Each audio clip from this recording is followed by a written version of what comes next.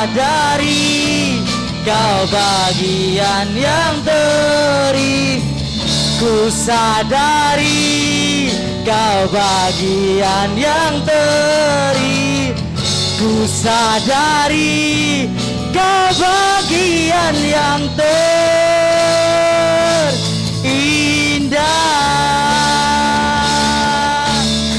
Haleluya.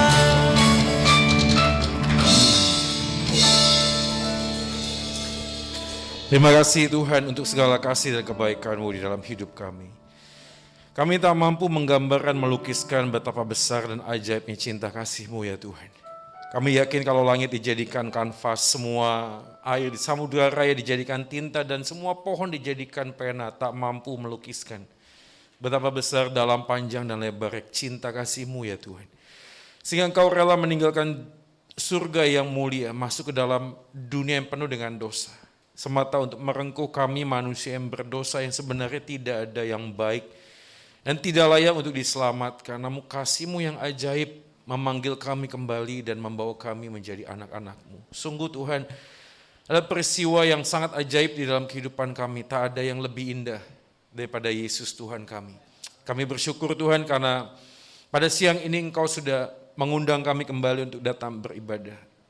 Kiranya baik hamba-Mu yang Tuhan percaya untuk menyampaikan firman dan semua teman-teman yang mendengarkan, kami boleh bersama bersujud di bawah kaki salib-Mu ya Tuhan, siap untuk dibentuk oleh firman-Mu dan menjadi pribadi yang semakin serupa dengan Kristus Tuhan kami. Tuhan, berbicaralah atas kami rindu mendengar suara-Mu, dan tegurlah kami, hiburlah kami Tuhan. Sehingga di dalam kehidupan masa muda kami ini, kami tahu bagaimana seharusnya kami hidup sebagaimana Tuhan ingin untuk kami hidup. Kami berdoa bersyukuri dalam nama Yesus Tuhan kami, Gembala yang baik Tuhan dan Juru Selamat manusia satu-satunya. Kami sudah berdoa dan memohon. Amin. Oke, silakan duduk guys. Mari kita langsung membuka Alkitab kita. Dari 1 Korintus pasal yang ke-10.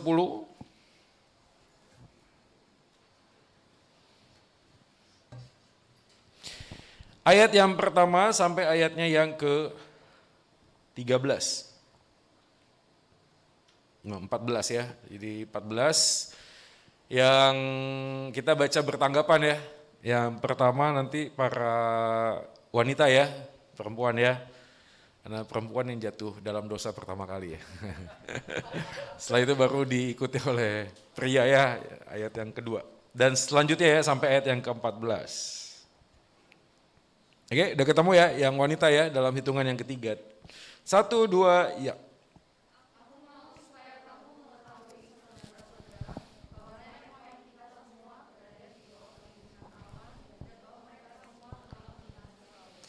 Untuk menjadi pengikut Musa, mereka semua telah dibaptis dalam awan dan dalam laut. Dan mereka semua minum minuman rohani yang sama, sebab mereka minum dari batu karang rohani yang mengikuti mereka, dan batu karang itu ialah Kristus.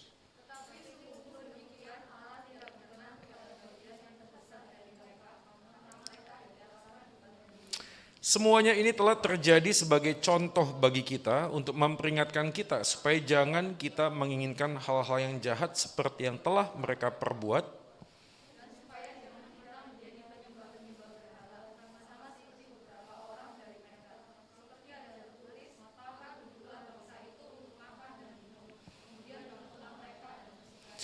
Janganlah kita melakukan percabulan seperti yang dilakukan oleh beberapa orang dari mereka, sehingga pada satu hari telah tewas 23.000 orang.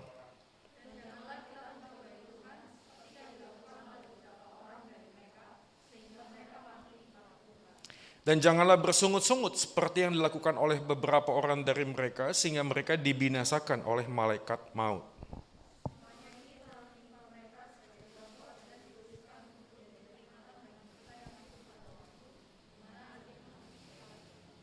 Sebab itu siapa yang menyangka bahwa ia teguh berdiri, hati-hatilah supaya ia jangan jatuh.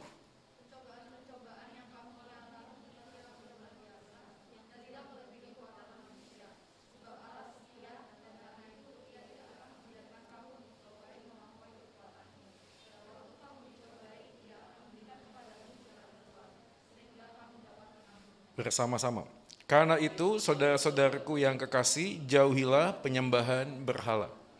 Demikian jauh firman Tuhan, kita berbahagia kalau kita menjadi pelaku firman di dalam hidup hari lepas hari. Oke guys, hari ini kita akan langsung aja membahas dengan sebuah tema, itu the sacred secular.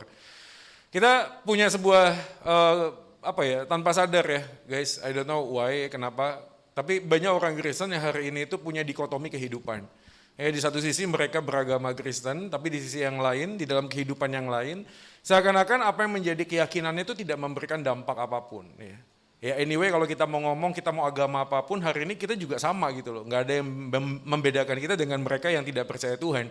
Nah, pada waktu kita hidup di dalam masa muda, kita kemudian kehilangan identitas kita. Kita nggak ngerti sebenarnya. Kita bisa menjadi seorang yang sangat rohani di dalam sebuah konteks rohani, tetapi kita bisa menjadi sangat sekular di dalam sebuah kehidupan yang mungkin berjalan seperti biasa saja. Entah itu pacaran, mungkin kuliah, atau kita kerja, atau anyway, apapun juga. Cara kita berpikir tentang kehidupan itu ya cuma berhenti di dalam hari Minggu tentang Tuhan, tetapi setelah itu kita menjadi orang yang seperti ya dunia banget gitu loh. Ya benar-benar sekular banget. Bahkan pada saat kita ngomong tentang hal-hal yang rohani pun kita bisa bertindak melakukan sesuatu itu dengan sangat sekular. Gitu ya. Contohnya misalnya hal yang sederhana pada waktu kita pelayanan, sebelum pelayanan kita berdoa. Pertanyaan kenapa kita berdoa setelah dan sebelum pelayanan gitu loh. Kan esensinya kita mengandalkan Tuhan kan. Tapi apakah itu betul-betul mengandalkan Tuhan? Karena kita terlalu biasa melakukan hal yang bisa kita lakukan. Bisa kita lakukan akhirnya menjadi sangat biasa. Ya di gereja saya itu menjadi pergumulan karena ada banyak anak pemuda pada waktu melayani musik misalnya ibadah, mereka sudah biasa gitu loh. Tinggal dikasih saja kunci dasarnya apa. Kalau kurang tinggi dinaikin, kalau kurang rendah terlalu rendah ya terlalu tinggi direndahin. Tadi by the way tadi yang terakhir lagunya tinggi banget ya. Ya itu sampai uratnya ini keluar ya. Ya, by the way kita harus mulai belajar gini. Saya bukannya anti lagu-lagu musik-musik gitu, enggak ya. Tapi kita harus sadar juga bahwa tubuh kita bait Allah. Kadang-kadang kita nggak konsisten tuh begini. Kita ngomong dan ngedumel dan ngomong, oh itu orang itu ngerokok tuh, jangan ngerokok dong, ngerokok kan merusak bait Allah ya. Ya, tapi padahal pada waktu kita ngomong makan terlalu banyak misalnya, kolesterol, ya bener gak sih? Ya makan nasi goreng yang di mana tuh, di wok apa di mana ya porsi jumbo ya, terus kita makan semua, kita hajar semuanya, lalu kemudian asam urat naik, gitu, gula darah naik, termasuk pada waktu kita ibadah. Pada waktu kita ibadah juga kan ada hal-hal yang kita pakai kan, betul nggak? Suara kita, bener ya bro? Ya, jadi abis ini nanti latihan gitu ya, lo, supaya ininya nggak terlalu ketarik ya.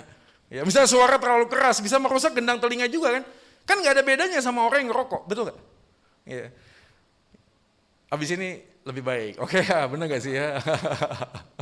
Tapi gue senang semangatnya. Tapi by the way, walau kita kembali kepada hal yang sekular, hal yang sifatnya itu adalah rohani, harusnya kita tahu bahwa segala sesuatu yang kita lakukannya kan buat Tuhan, betul gak? Kalau setinggi 23 kan? Jadi gak ada tuh ceritanya cuma ngomong tentang Tuhan hari Minggu, kagak ada. Begitu kita keluar dari sini, kita waktu ngendarai sepeda motor, sama juga kita adalah anak Tuhan, identitas kita kan melekat, betul gak sih? Nah saya pernah tanya itu di mahasiswa UK Petra, saya tanya kenapa kalian kalau naik motor pakai helm? Jawabannya supaya nggak ditilang. Bukan begitu jawabannya. Jawabannya adalah karena aku tahu Yesus sudah mati menebus tubuhku, tubuh jasmaniku. Maka aku pakai helm sebagai sebuah ekspresi, ungkapan bahwa apa yang sudah dilakukan oleh Yesus itu menjaga tubuh saya kan, betul nggak sih? Maka saya pakai helm, kenapa? Karena tubuhku berharga, ditebus oleh Kristus, darahnya mahal.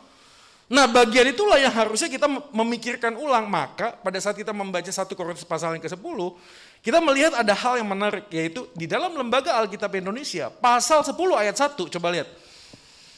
Ayat itu aku mau supaya kamu mengetahui, langsung begitu. Dalam banyak terjemahan bahasa Inggris ada kata frase moreover, lebih lagi. Jadi sebenarnya pasal 10 ayat 1 itu adalah sebuah kelanjutan dari pasal sebelumnya. Makanya semua komentari, semua buku tafsiran itu mengkaitkan pasal 10 dengan dua pasal sebelumnya. Itu pasal 8, 9, dan 10. Ya, dan ini menarik sekali karena Paulus itu berulang kali menggunakan formula penulisan seperti ini. Contoh, 1 Korintus pasal yang ke-13. Ada yang ingat tentang apa? Tentang kasih ya. Betul?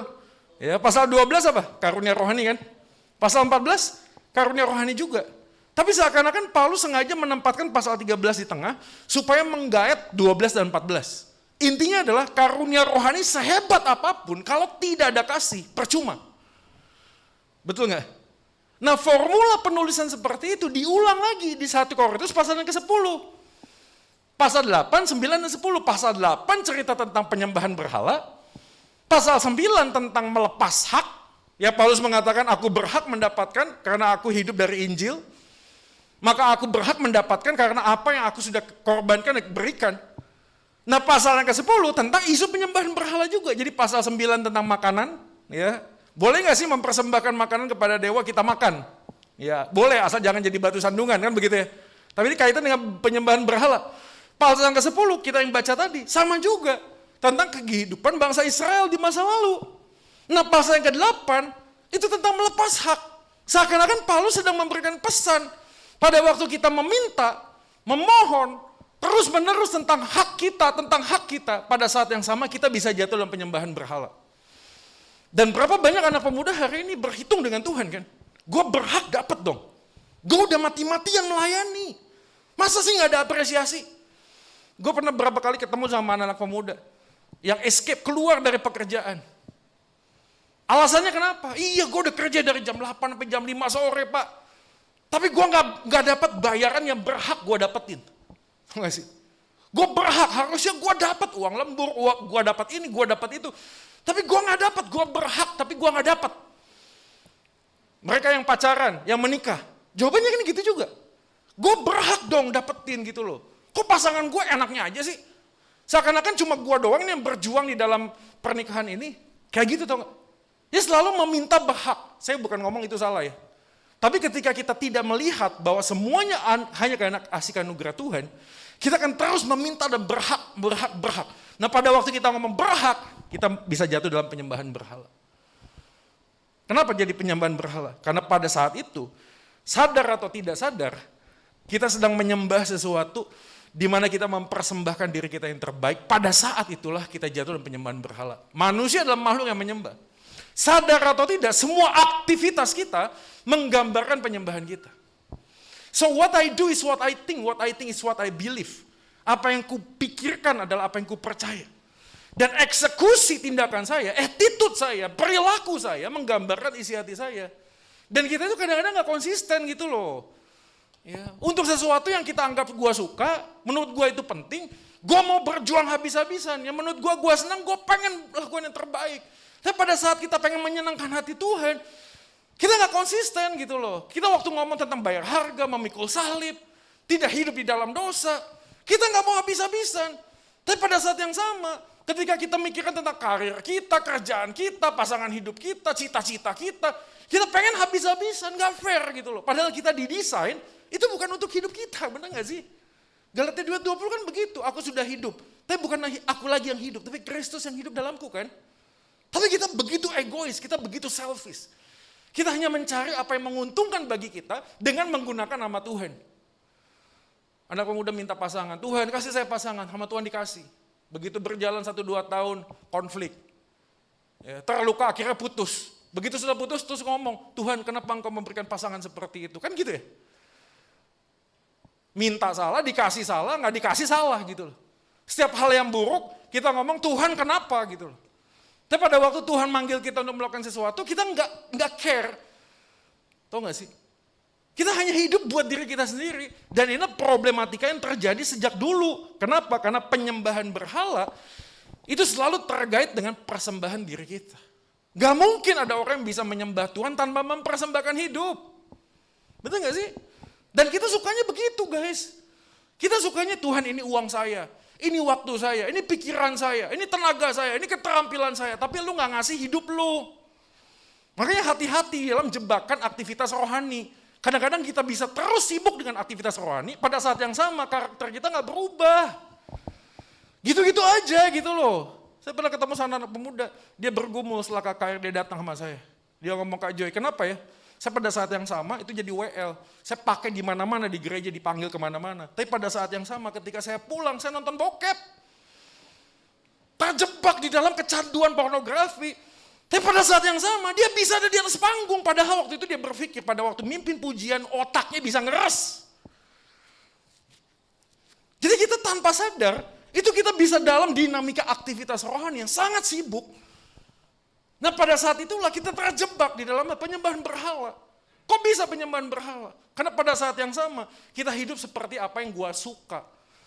Apa yang gue pengen, bukan apa yang Tuhan pengen. Maka tanpa mempersembahkan hidup kita, mustahil. Maka penyembahan berhala menjadi sangat esensi. Kenapa sacred sekular? Karena waktu kita ngomong dikotomi kehidupan, pada saat yang sama kita mencoba untuk merekayasa kehidupan kita. Kita berpikir bahwa kita di dalam pekerjaan, di dalam dunia yang sifatnya sekular, gue bisa kok jadi pribadi yang lain. Makanya kadang gereja itu jadi panggung sandiwara. Kita nggak otentik. Kalau ditanyakan gimana, apa kabar guys? Jawabannya, luar biasa baik. Bener tak baik? Kagak nggak baik. Ada yang pernah mabok alkohol nggak? Coba angkat tangan. Ini nggak mungkin angkat tangan ya, bukan ya. Nanti abis ini angkat tangan dipanggil sama Pak Gembala ya. Ya gue pernah mabok alkohol kan gitu. Ketangkap sama polisi. Caranya gimana ngetes dia mabok atau enggak? Enggak Pak, aku nggak mabok kok. Itu mulutmu bau alkohol. Enggak Pak, itu kan hidung bapak saja kan gitu. Ya suruh jalan ya. Kan betul ya? Ayo jalan dari sini ke sana. Kalau jalan kamu bisa lurus, kamu aman. Bapak nggak percaya, saya nggak mabok Pak. Enggak Pak, nggak mabok. Itu mulut bisa ngebohongin, tapi perilaku, tindakan, dan hatimu nggak bisa ngebohongin. Dan kadang-kadang kita bisa begitu. Kita ngomong baik nggak? Nggak baik gitu loh. Kita punya masalah, kita punya banyak pergumulan. Tapi pada waktu kita datang pada Tuhan, kita jadi nggak otentik. Kita pakai topeng guys. Kita pakai topeng. Kita mencoba untuk berperilaku tidak sebagaimana kita apa adanya. Double personality. Di satu sisi kita menjadi orang yang sangat baik, karena banyak orang tua yang kaget gitu. Anak saya di rumah baik-baik aja. Gak ngapa-ngapain. Tiba-tiba ditelepon, Pak tolong dijemput anaknya Pak di kantor polisi, dia jadi bandar. Bisa kayak gitu loh. Makanya anak-anak muda, saya ngomong gini, hidup manusia itu cuma ada dua, hitam atau putih, udah that's it lah. Hidup abu-abu, tambah susah hidup lo. Lo pilih aja, lo mau hitam atau putih. Kalau hitam sekalian jadi bandar, pembunuh bayaran, oh gak sih? Ya, mucikari, ya. Udah sekalian aja gitu loh, sikat bleh gitu loh. Tapi kalau lu mau putih, sungguh cari Tuhan, sungguh-sungguh gitu loh. Ya. Gak usah terus kemudian distracted, tau gak sih? Begitu gua ketemu teman, waduh kak, gua malu ntar dikira seorang rohani, pendeta datang, aduh. Gak suka gitu loh. Tapi itulah menjadi gambaran di dalam dunia yang sekular, quote and quote. Kita harusnya sama seperti kita ada di gereja. Real life kita tuh kelihatannya di situ. Kenapa? Karena anak orang Kristen, anak pemuda Kristen seringnya jago kandang. Tuh ada anak pemuda gue tuh di gereja tuh. Kemana-mana ketua panitia. Oh luar biasa, manage ini, oh luar biasa bagus. Tapi begitu masuk dalam pekerjaan, loyo. Target gak kecape, tau gak sih? Dikit-dikit keluar, baperan sama teman rekan pekerjaan, tau gak sih? Pindah kerja. Gak kelihatan gitu loh. Tapi harusnya justru orang yang di dalam Tuhan mentalitasnya diuji ketika ada dalam dunia. Ketika dia tahu bahwa ada sebuah prinsip yang gak bisa gue langgar. Apapun juga Yesus menjadi pusat kehidupanku. Diujinya di mana? Di sono, bukan di sini. Maka berhala modern yang sering terjadi adalah yang satu udah pasti materialisme. Udah deh, kita gak usah terlalu banyak membahas ini. Harta, prestasi menjadi Tuhan dalam hidup. Tidak ada yang salah dengan duit. Yang jadi salah adalah akar segala kejahatan adalah cinta duitnya. Kita terlalu cinta duit. Jadi berhala, materialisme, prestasi. Ujung-ujungnya apa? Kita pengen apa? Acceptance kan? Kita merasa kalau kita nggak punya apapun, kita nggak bisa diterima oleh orang lain kan? Jadi esensinya bukan duitnya, penerimaannya menjadi masalah. Dan kita punya sebuah konsep, kalau gue punya sesuatu, gue bisa diterima oleh seseorang. Yang kedua, eksistensialisme. Segala tindakanku adalah usaha untuk mendapatkan pengakuan dari orang lain. Achievement. Kita berlomba-lomba dan berkompetisi. Kita merasa bahwa aku adalah aku apa adanya kalau aku punya sesuatu, eksistensi. Ya, yang kedua adalah psikologisme. Agama adalah cara untuk mengobati luka batinku di masa lalu. Ya. Kita merasa agama itu seperti orang yang namanya ateis ya, namanya Ludwig Feuerbach. Feuerbach itu punya sebuah konsep, dia mengatakan begini, orang yang sebenarnya beragama itu nggak punya Tuhan. Orang yang beragama dan percaya Tuhan adalah proyeksi pikirannya. Feuerbach mengatakan, ketika manusia mengatakan ada Tuhan yang sangat mengasihi, Tuhan yang sangat mencintai kita. Itu sebenarnya yang pengen dicintai itu manusianya. Dia hanya membuat sebuah imajinasi tentang pribadi Tuhan. Karena yang dibutuhkan adalah dirinya sendiri. Dia butuh cinta. Tapi pada hidupnya, faktanya gue gak ada yang mencintai. Sehingga muncullah sebuah lagu. Ada satu sobatku yang setia, kan gitu.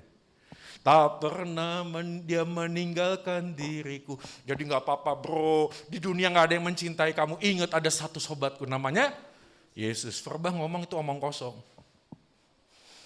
Manusia mengatakan ada Allah yang maha kuasa. Ya memang berkuasa itu bukan ada Allahnya, enggak. Yang maha berkuasa itu manusianya. Tapi menggunakan yang namanya Tuhan. Faktanya gitu enggak?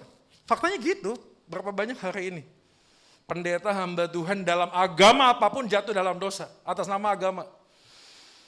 Tadi malam Tuhan berkata kepadaku, aku harus menikah lagi. Muncullah konsep bersetubuh dalam roh, kan gitu. Kok bisa dari mana tuh? Ayo faktanya aja kita ngomong. Ya di agama yang lain, tokoh-tokoh agama. Ya, memperkosa anak didiknya. Kan begitu kan, betul gak? Atas nama agama kan? Betul gak? Come on, betul gak sih? Jadi faktanya Ludwig Feuerbach benar. Gak ada tuh Tuhan. Proyeksi keinginan diri manusia digambarkan dengan imajinasi yang sebenarnya gak ada, yang namanya Tuhan. Nah, psikologiisme adalah agama, mencoba untuk menenangkan diri. Kalau lu sakit, kalau lu luka hati, kalau lu punya masalah, lu datang pada Tuhan. Ada gak sih Tuhan? Gak ada, cuma agama doang. Lu tinggal nyanyi-nyanyi pakai ritual. By the way ya, kalau Anda mau begitu ya, gak usah jadi orang Kristen.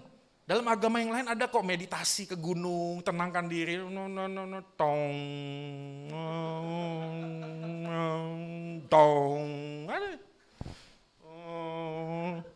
Gue jamin loh, lu lakuin itu pulang tenang gak? Tenang. Tenang. Tinggal lu pilih aja metode yang mana.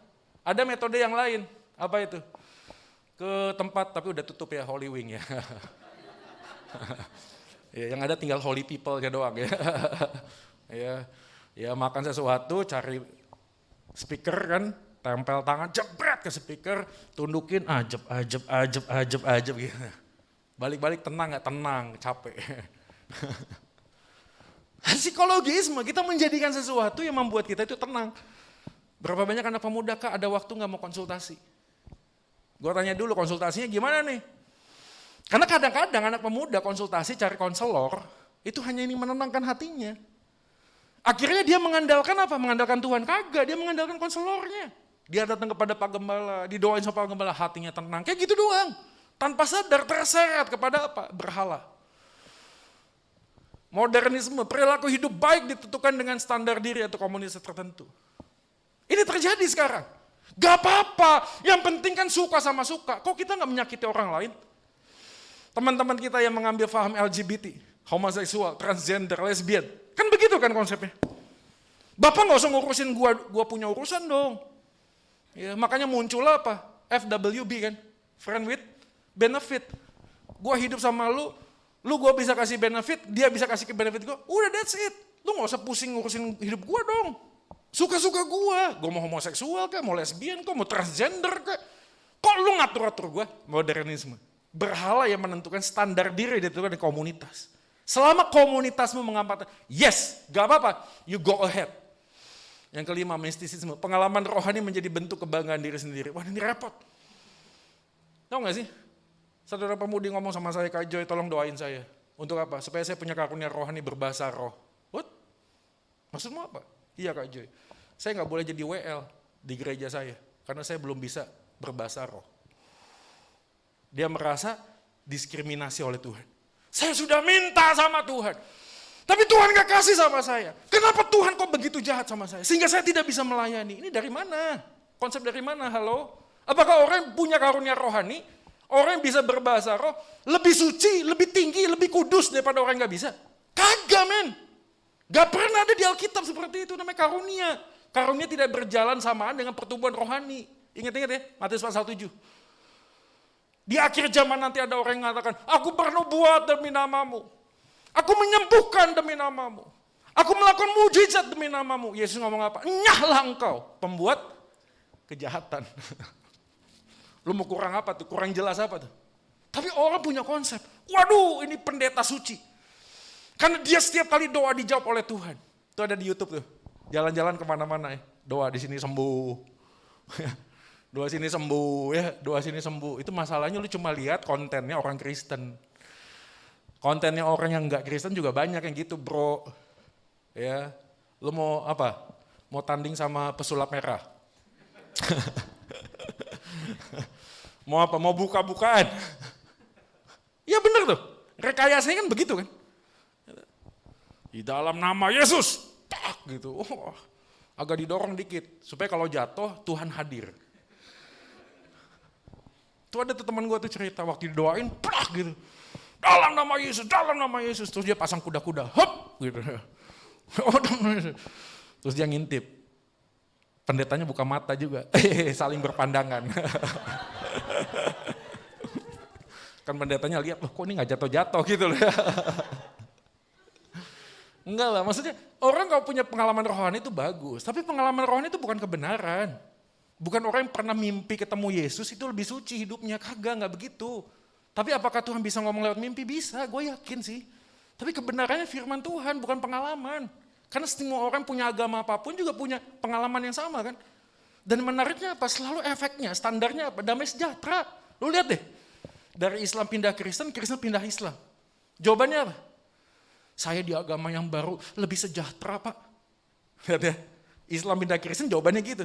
Kristen pindah Islam, saya mencari damai sejahtera pak. Setelah saya dapat agama yang baru, aduh alhamdulillah pak, saya jadi punya damai sejahtera gitu. Yang satunya, aduh puji Tuhan, saya damai sejahtera. Cuma beda alhamdulillah sama puji Tuhan kok. Bedanya cuma itu doang. Ini saya damai sejahtera juga, orang nyari kesenangan kan. Saya bermimpi pak waktu itu, saya jadi Kristen pak. Pada waktu saya punya masalah, saya mimpi pak. Ada bapak baju putih, jenggot putih, topi putih, kuda putih, tongkat putih pak. Dan itu Yesus pak. Saya tanya, kok bisa tahu itu Yesus? Emang dia pakai nemtek ya? Yesus Kristus, kalau gitu baru jelas. Ya betul gak sih? Karena orang agama lain juga gitu, baju putih, kuda putih, jenggot putih, tongkat putih juga begitu. Cuma bukan Yesus. Ya, dewa yang lain, bisa juga kan? Jadi nggak bisa gitu loh. Tapi mistisisme menjadi berhala yang baru. Orang mengejar apa? Mimpi. Orang mengejar apa? Supranatural. Rasanya kalau udah dapat mujizat, hidupnya lebih suci, lebih kudus. Sekali lagi ya guys, jangan sampai salah berpikir. Gua bukannya nggak yakin ada mujizat, yes. Tapi kita perlu memikirkan ulang apa itu mujizat gitu loh. Ya. Kenapa? Karena iman bukan timbul karena mujizat. Iman timbul karena pendengaran oleh firman. Israel kurang apa? Kurang lihat mujizat. Betul nggak? Yudas Iskariot kurang apa hidup sama Yesus? 3 tahun lebih loh. Hidup sama Yesus, dengar khotbahnya, lihat mujizatnya, semuanya dilihat sama Yudas. Kurang apa Yudas? Sampai di akhirnya dia jual Yesus. Kok bisa begitu? Itu tadi, Alkitab sudah mencatat. Mujizat itu bukan segalanya, mujizat adalah sebuah tanda, penunjuk kepada siapa? Pribadi Mesias, Yesus. Kalau cuma berhenti pada penunjuknya, lu gak akan pernah bertumbuh. Yang keenam adalah ritualisme, kegiatan ibadah yang tidak menyentuh afeksi, hanya kognisi. Ini jadi problem ya, tau gak sih?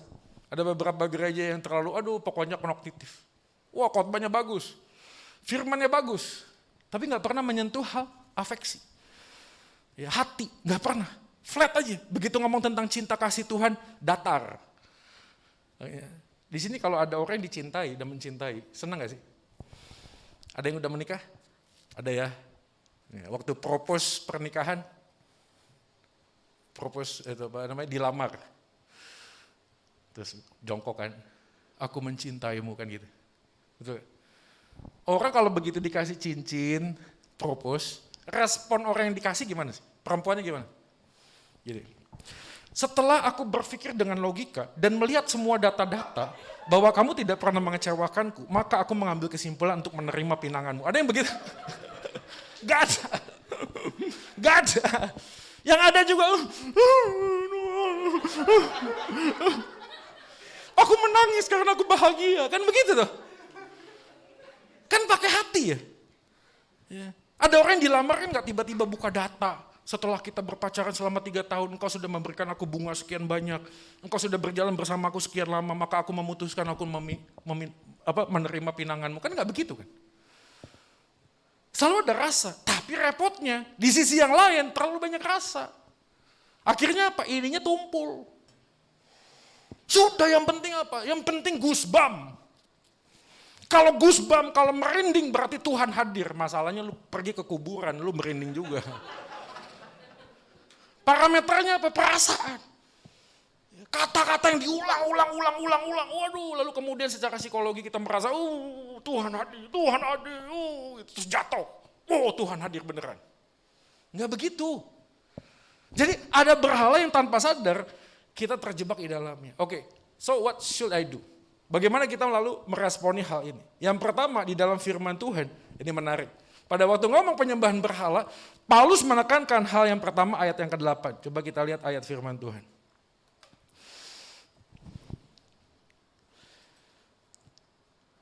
Ayat yang ke-8. Janganlah kita melakukan percabulan. Ups, kelewat. Balik lagi gimana? Bisa tolong balik lagi. Janganlah kita melakukan percabulan seperti yang dilakukan oleh beberapa orang dari mereka. Ini yang menarik ya. Kenapa? Karena Paulus ngomong tentang penyembahan berhala. Tapi dalam ayat yang ke-8, Paulus menegur bangsa Israel karena kaitan dengan percabulan. Dan kalau kita membaca ayat yang ke-8 dikatakan, sehingga pada satu hari telah tewas 23.000 orang. Ini kutipan dari kehidupan nenek moyang mereka di Bilangan pasal 25 ayat 1. Sementara Israel tinggal di situ, mulailah bangsa itu berzina dengan perempuan-perempuan Moab. Dan yang menarik adalah kata berzina itu prostitute with the woman of Moab itu dikaitkan dengan penyembahan berhala. Loh kok bisa begitu Pak? Karena setiap tradisi kuno dahulu, orang yang datang untuk menyembah kepada Tuhan selalu diikuti dengan ritual hidup seks bersama. Makanya identitas bangsa Israel jangan hidup dengan perempuan Moab. Kenapa? Karena pada waktu kita bersetubuh dengan perempuan Moab, pada saat yang sama kita itu sedang menyembah dewa yang disembah oleh orang Moab. Ini yang terjadi di 1 Raja-Raja 11 ayat 2. Kita baca sama-sama ya, 3, 2 ya. Tuhan telah berfirman kepada keturunan Israel, janganlah kamu bergaul dengan mereka, janganlah mereka bergaul dengan kamu, sesungguhnya mereka akan mengarahkan hati kalian apa? Ilah-ilah mereka. Namun Salomo berpaut kepada mereka karena cinta. Jadi konsep tentang percabulan sebenarnya sangat kuat sekali dengan penyembahan berhala. Either itu kita nyembah manusia atau perempuan yang tidak kenal Tuhan atau kenal Tuhan, kita sedang mempermainkan apa yang menjadi desainnya Tuhan. Jadi dari konsep inilah kita udah sepakat, udah gak usah terlalu panjang lebar lah. Pertanyaan-pertanyaan seperti gini loh. Boleh gak sih kita berpacaran dengan orang yang berbeda agama? Harusnya udah titik, udah close gitu loh. Gue bukan ngomong terus kita menyingkirkan pribadinya, enggak begitu gitu loh. Tapi kalau Anda minta jawabannya, mana sih Pak di Alkitab ada atau enggak? Udah jelas. Ini bukan masalah tentang persetubuhan atau pernikahan doang. Ini tentang bagaimana engkau menyembah Tuhan dalam pernikahan. Siapa yang menjadi fokus? Bagaimana mungkin kita bersama dengan pasangan melakukan seks bersama-sama, tapi pada saat yang sama kita tidak menyembah Tuhan yang sama. Bagaimana mungkin? Maka di dalam kekristenan, seks itu bukan segalanya dan berhenti di dalamnya, bukan. Kepuasan di dalam hubungan seks itu bukan ditentukan dengan bagaimana kita melakukan hubungan seksnya, bukan. Tapi bagaimana kita sudah puas dengan cintanya Tuhan, dan kita berbagi tubuh kita, membagikan tubuh kita, sebagaimana Tuhan sudah menguduskan tubuh kita dan pasangan kita. That's it. Tapi tanpa sadar, kita terus mempermainkan tentang hal seks. Perhatikan baik-baik. Percabulan tidak hanya masalah seksualitas, tapi teologis. Kenapa? Karena seks diciptakan oleh Allah. Maka menggunakan seks hanya sebagai pemuas hasrat merupakan penghinaan terhadap karya Allah yang kudus. Repot ini. Makanya guys, kita tuh betul-betul harus bertobat gitu loh. Kenapa? Karena banyak informasi yang kita dapat. Siapa yang udah pernah nonton bokep? Wah, luar biasa suci semua di sini. Gue udah pernah sering malah. Kacau. Terus gue berpikir, oh seks yang nikmat, seks yang bagus itu 1,5 jam. Gue berpikir gitu tanpa sadar. Kenapa? Karena waktu gue nonton, orangnya sama terus. Gayanya A, B, C, kungfunya udah macam-macam. Perempuannya dilempar lah. Gaya inilah, gaya itulah, beginilah, begitulah. Masuk dalam pikiran. Nah begitu kita masuk dalam realita, kita berpikir seperti nonton bokep. Dan pada saat itulah kita menghina karya ciptaan Tuhan. Loh kok bisa Pak? Karena mulai aneh-aneh. Mulut dimasukin alat kelamin lah. Alat kelamin dimasukin ke dubur lah. Gaya begini, gaya begitulah. Lihat perhatiin ya guys.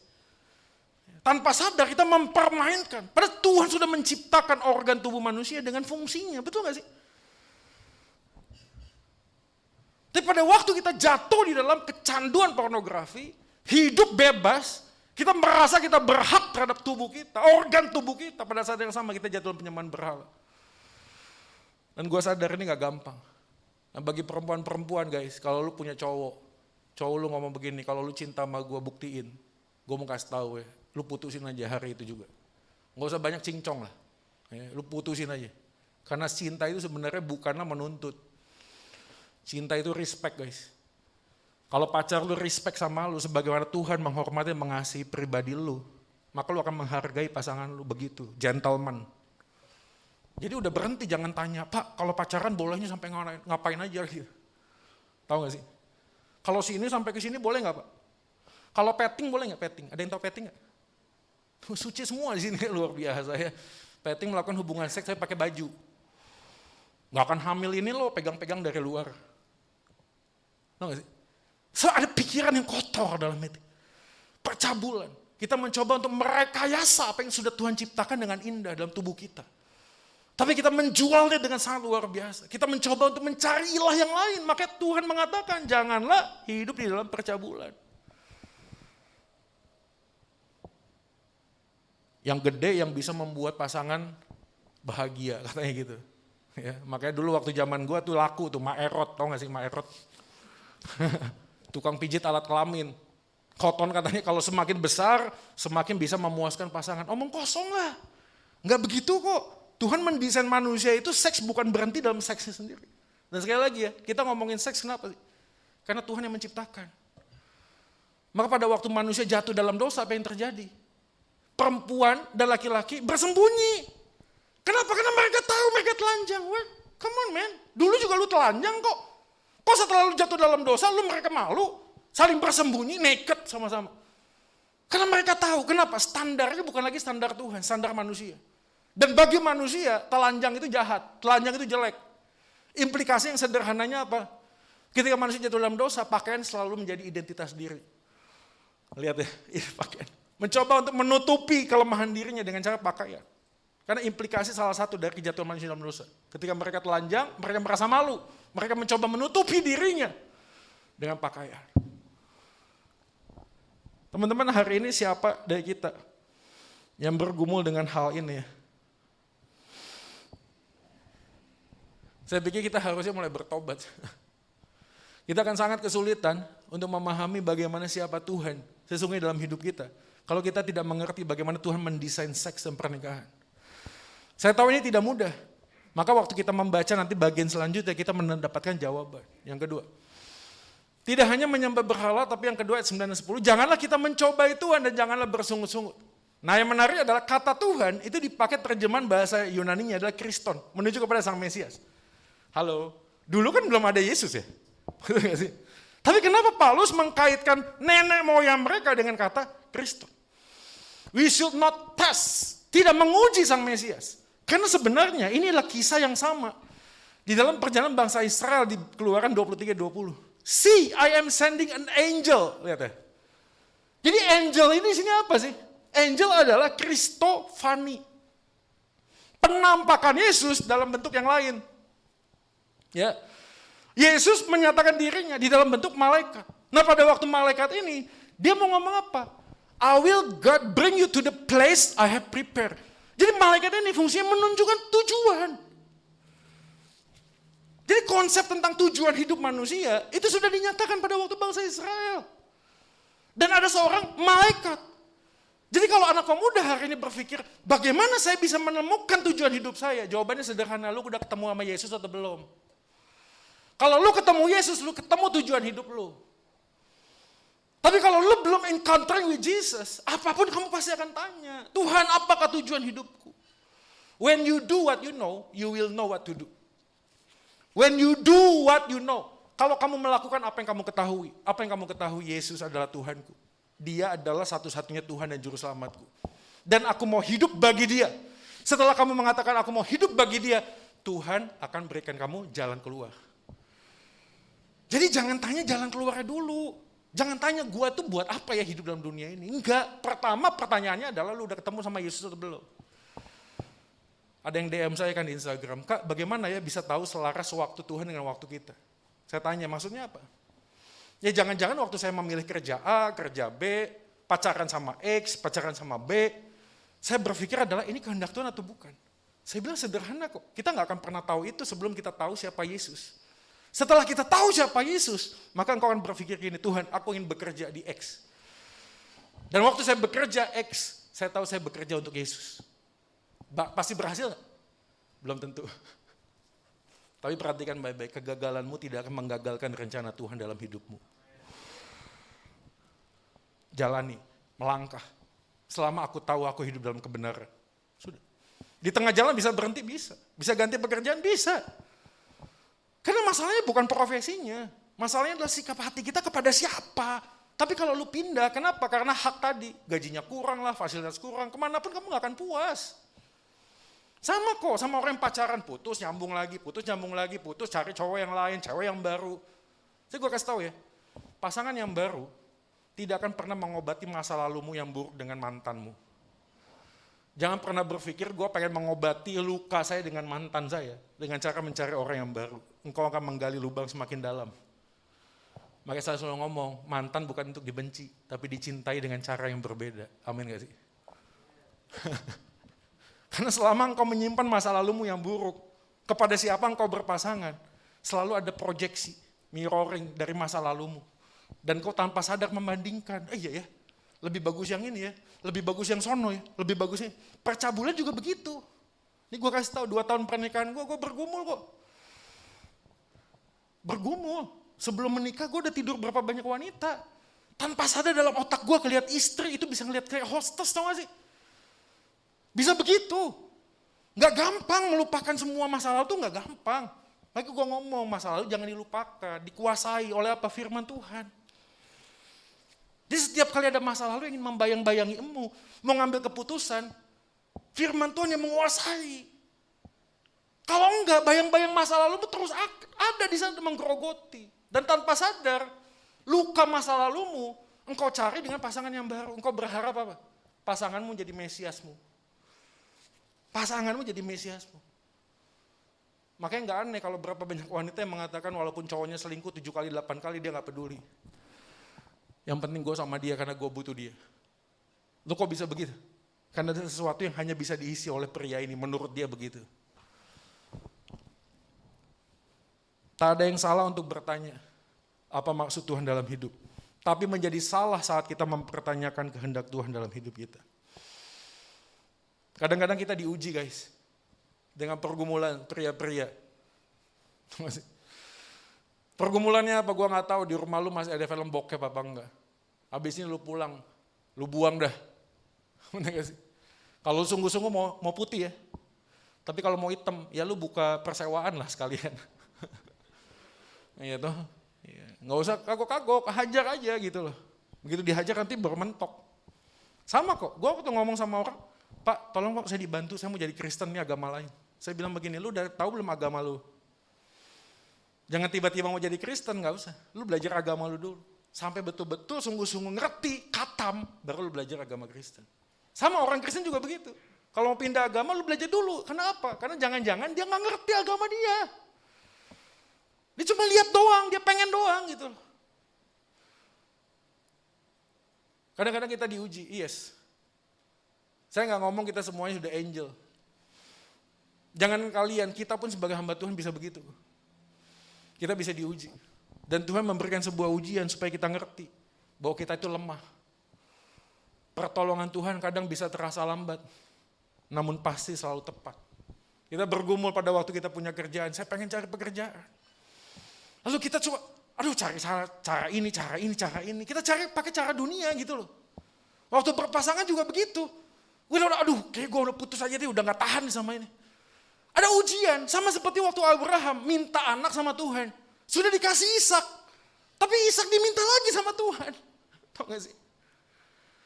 Udah dikasih pekerjaan, udah dikasih pasangan, tapi diminta lagi sama Tuhan. Bagaimana ini loh? Tapi kita belajar di kisahnya Abraham. Allah menyediakan. Tepat pada waktunya. Maka buat kita yang masih jomblo, tolonglah. Jangan bermain api, ngerti gak sih? Lu berpikir Tuhan bisa pakai segala macam apapun. Iya sih, tapi yang kudus. Nggak tiba-tiba karena tekanan pasangan, butuh pasangan, akhirnya main Tinder, Facebook, siapa aja di DM, ditanya. Berharap apa? Ada yang nyangkut. Udah nggak peduli lagi agamanya apa, keyakinannya apa, gereja apa, nggak peduli, yang penting gue punya pasangan. Kayak gitu juga. Pekerjaan juga gitu, yang penting gue dapet duit dah. Mau kerja apa, nggak apa-apa deh, yang penting ada cuannya. Oke, beberapa orang ikut trading robot kan, amblas. Teman-teman sekalian, semua orang selalu akan punya masalah. Dan perhatikan baik-baik. Salah melihat masalah hanya melahirkan kesalahan yang baru. Karena di dalam Yesus masalah adalah kesempatan untuk bertumbuh menjadi dewasa dalam iman. Lu punya masalah hari ini, ayat firman Tuhan mengatakan, pencobaan yang kamu alami, pencobaan yang biasa, tidak akan melebihi kekuatanmu. Allah adalah Allah yang setia, guys. Firman Tuhan, Allah yang setia. Dia tidak hanya memberi berkat, tapi dia memberi hidupnya.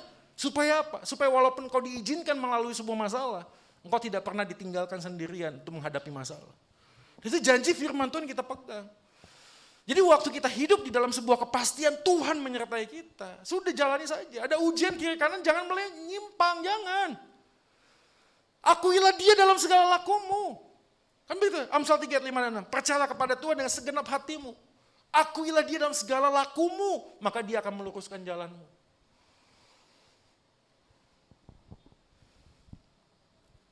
Masalah selalu menjadi cara Allah untuk membawa kita kembali kepada panggilan yang benar. Berapa banyak dari kita hari ini menghadapi masalah. Masalah pergumulan kita bukan hanya kerjaan, kadang-kadang dorongan seksual kita. Tahu gak sih? Masalah kita kadang-kadang apa? Diri kita sendiri, tahu gak guys? Kita merasa sulit sekali untuk, aduh apa ya, kenapa sih badan gue gini sih? Kenapa sih dia selalu berpikir negatif sih? Kenapa gue selalu diuji untuk hal-hal yang remeh-temeh seperti ini? Dan kita kemudian frustrasi. Tapi ada janji firman Tuhan hari ini, kalau engkau sadar, engkau diizinkan untuk masuk dalam masalah. Sadarlah masalah tidak akan menghancurkan dirimu. Masalah akan membuat engkau semakin kuat. Stand firm. Makanya guys, gue hari ini sadar, kenapa dulu bertahun-tahun gue bergumul dengan banyak ujian dalam hidup. Dan gue selalu kalah. Setelah aku berjumpa dengan Yesus, aku menemukan kemenangan. Kemenangan bukan karena aku kuat dan gagah. Kemenangan karena Yesus yang memberikan aku kemampuan untuk melakukan hal itu. Sehingga hari ini guys, gue bisa ngomong seperti ini sama lu. Benar gak? Gue bukan cuma ngomong teori doang. Makanya gue kasih tahu cowok-cowok, please, tidak semua yang kamu pengen tahu lu harus coba. Gue pengen tahu rasanya, lu coba. Begitu lu masuk satu kali, lu masuk dalam lingkaran setan. Orang kalau nonton bokep satu kali kan gitu. Aduh dosa ya, najis gitu ya. Terus yang kedua agak terbuka. Aduh kok begitu ya, biarlah kehendakmu yang jadi gitu ya. Roh memang penurut daging lemah. Lama-lama terus mandul nih hati nurani. Mandul. Ngerasanya apa? Fine, semua cowok gitu kok. Semua cowok masturbasi. Gak ada yang salah sama hidup gue. Tapi hari ini Tuhan tegur kita guys. Semua yang Tuhan sudah sediakan. Tuhan tahu pertolongan Tuhan selalu tepat. Dia akan memberikan yang terbaik buat kita. Dan bagi anak-anak muda hari ini, please be patient, sabarlah. Sabar dengan waktu Tuhan, betul gak sih? Kadang-kadang kita gak bisa sabar itu. Gue pengen coba, gue pengen tahu rasanya gimana sih. Enggak lah. Begitu lu udah masuk, pergumulan lu setelah menikah akan lebih berat. Gue kasih tahu. Tapi begitu engkau menemukan Yesus, hidup dalam pernikahan, engkau menemukan kepuasan yang sejati. Bukan karena pasanganmu, tapi karena Tuhan yang memimpin hidup. Mari kita berdoa. Bapa di dalam surga, terima kasih buat firman Tuhan hari ini. Kami berdoa memohon kiranya Tuhan menolong kami. Supaya di dalam hidup masa muda kami ini kami boleh hidup dalam kekudusan Tuhan. Tidak bermain-main dengan firman Tuhan. Tidak bermain-main dengan Tuhan. Tapi kami percaya dan sadar ketika kami jatuh, Tuhan tidak pernah membuang kami. Tuhan kasih kami kesempatan. Setiap masalah yang Tuhan izinkan terjadi membuat kami semakin melihat kebaikan dan anugerah Tuhan. Kami manusia yang berdosa, tidak layak di hadapan Tuhan. Namun Tuhan begitu indah, begitu baik kepada kami, sehingga Engkau memberikan kesempatan demi kesempatan untuk kami boleh menjadi pribadi yang lebih baik. Iya Tuhan, kami mohonkan anugerah-Mu, memampukan kami untuk hidup tidak di bawah bayang-bayang penyembahan berhala, tapi hidup bagi Yesus, karena Yesus yang terindah di dalam kehidupan kami. Kami berdoa bersyukur buat firman-Mu, di dalam nama Yesus kami berdoa dan memohon. Amin.